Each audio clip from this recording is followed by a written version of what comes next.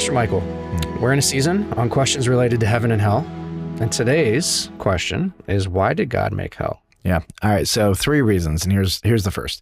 Very simply because of sin. So when we go back to the Garden of Eden, you have this world where the physical and the spiritual are one, right? So you have Satan, who can fully interact with Adam and Eve. You have Jesus, who can fully interact. I mean, everything is working kind of the way it's supposed to work, right?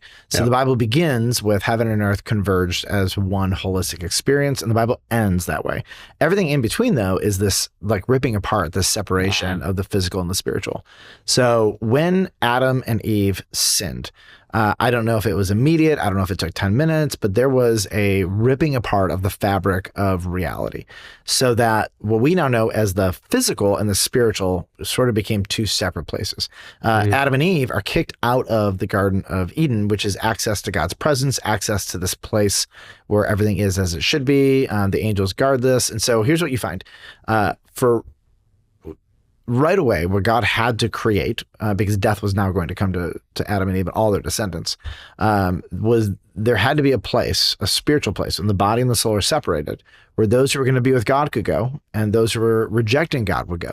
Now, I don't know when God made Hades or Gehenna or whatever, this bad side. I don't know when God separated the 2, and we talked about it in one of the previous episodes.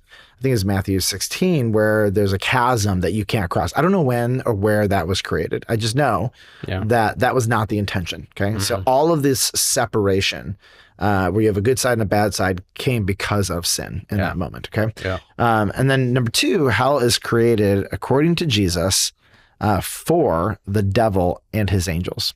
And the Matthew 25:41. Jesus says, "Then he will say to those on his left, 'Depart from me, you cursed, into the eternal fire.'" And this is interesting, "prepared for the devil and his angels." So it's made for them. And then the devil and his angels are trying to bring humanity, image bearers, with him. But the original intention for the creation of hell is for the devil and his angels. But then number 3, here's what we see. The 3rd reason it was created is for those who would rebel and reject Jesus. And so God has, with overwhelming clarity, given every single person the opportunity to look toward him, from just creation, just screaming. Like I do not understand how an atheist can look at this world and say it was an accident. They would never tolerate that level of illogical thinking in any other aspect of their life. They would never look at a TV, which is far simpler than you and I, and say that came about by accident, So, but from creation to our conscience, which God puts inside of every human being, Christian or not, that bends us in the direction of God. And then there's the Word of God and evangelists that, the Word of God is just all over the world, but for those who don't have it, we hear story after story that Jesus meets them in dreams. And so we have no idea the extent that Jesus is gone to make the gospel and the reality of salvation crystal clear to every single person. So by the time they get to this place where they're like, "I reject you," on the day of judgment, they are never going to say, "I didn't know, I didn't have a shot." Like God's going to say, "You're without excuse." You're without excuse. Like if you would have had an ounce of humility, like anything, and so, but here's what we find: hell is created because of sin for the devil and his angels, and then for those who refuse. And I think that's important.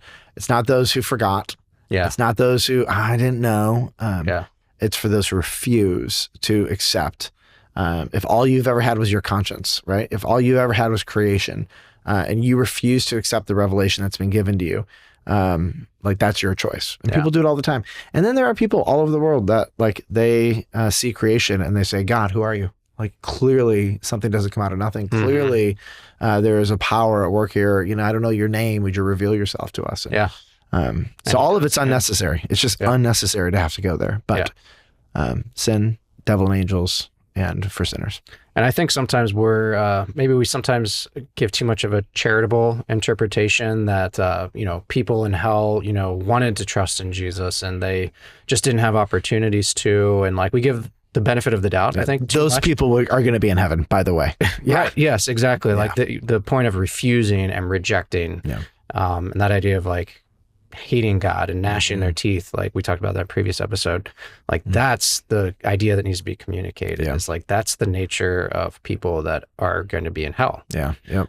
And it's hard, but that's the reality. Yeah. One of the, I think, greatest practical jokes that God is going to play on Satan is, and I just have such a firm, I feel like I can make the clearest biblical case for this, but that babies and young kids who die all go to heaven.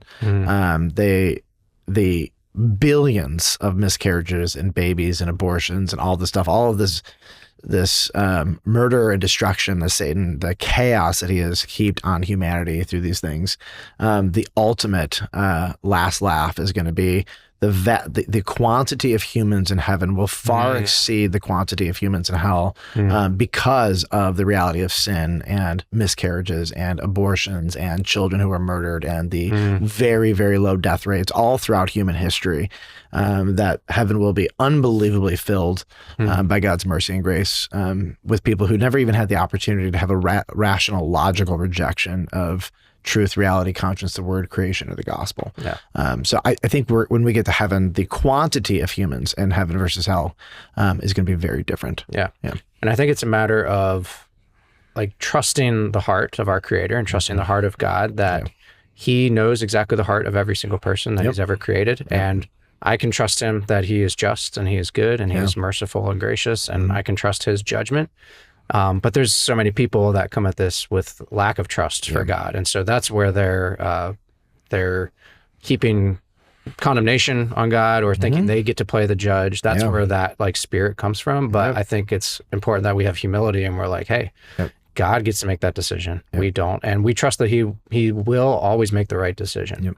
You and I have been in a lot of leadership positions, and I can say the amount of times that people have been like, I can't believe you did that. That was so dumb. Why did you do this? And then I just share with them one data point, and they go, oh, I didn't know that. I'm like, correct. So Provides a little bit of clarity. So if you could just give me a tiny bit of the benefit of the doubt, always ask, right? Like, but maybe, just maybe, before you accuse, there's data points that if you did know them would change how you view it.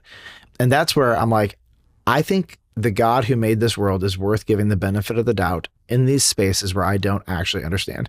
And so the phrase we use at Village Church is, if you knew what God knew, you would do what God does every time. The problem is we don't know what He knows. We've got these little small slivers of information, and He sees everything all the time, and He perfectly aggregates all of this information to make the best wise decision. And benefit on top of that, He has a pure heart. He has a just heart. And so you take that pure heart with that total knowledge, and then here we are with broken hearts and slivers of knowledge, and we go, we think we get to decide. What do you know? You don't know anything. I reject you. And I'm like, really? Based on what knowledge? Based on what heart? I just made a commitment in my life. I'm going to give Him the benefit of the doubt when it comes to hell, when it comes to judgment, when it comes to all this stuff.